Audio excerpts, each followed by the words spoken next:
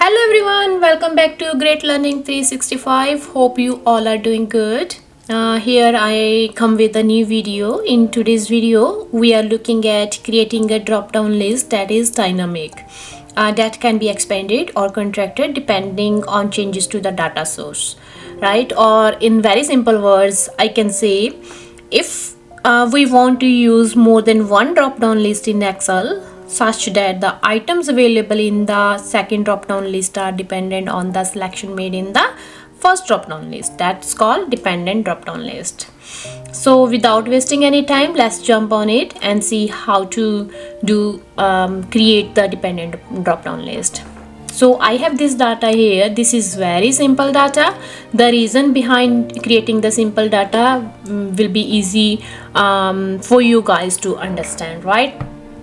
So here we are going to prepare two drop-down lists. One is independent and one is dependent, right? Independent list means it won't be depend on any other list.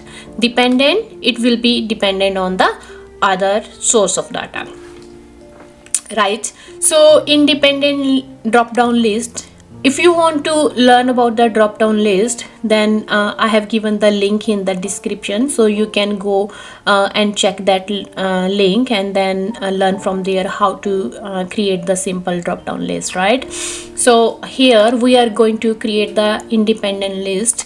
So just simply select the range where you want to create the drop-down list. Go to data validation. The new window will appear here. So what we are going to create, we are going to create the list, and source of this list will be these countries, right? And then click OK. So you can see the drop down list on every single cell, right? It's easy. So the trickiest part is to create the dependent drop down list.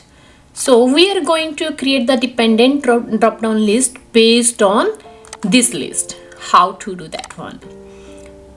First, we need to create the name range for all the list. So simply select the data here, right? So we are going to create the name range.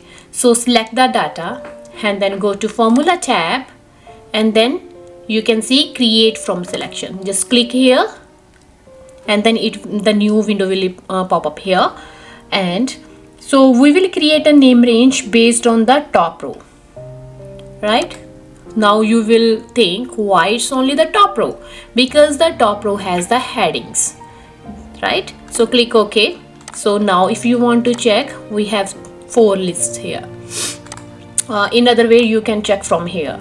So when we select Australia, it will highlight the cities in Australia. And when we check the Canada, it will highlight the cities in Canada, right? So we have given the names of the list.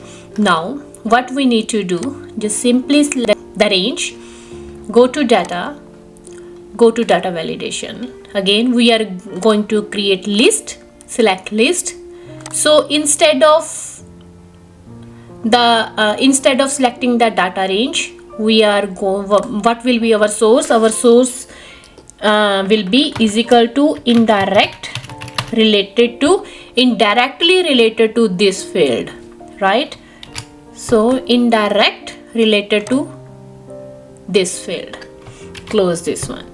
So we only need to give the cell reference. We don't need the $signs here.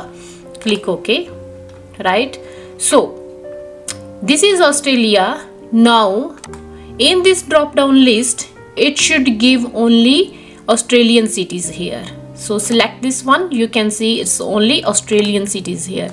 So this is New Zealand. So when we select from this drop down list, it should only give the New Zealand cities. So you can see it's only New Zealand cities. So in here, we suppose we selected Canada.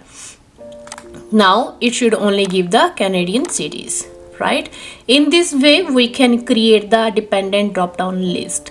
Hope you like this video, and if you want to learn about any particular video, please comment below. I'm so happy to create the video as you will request. And thank you, and bye for now. Bye.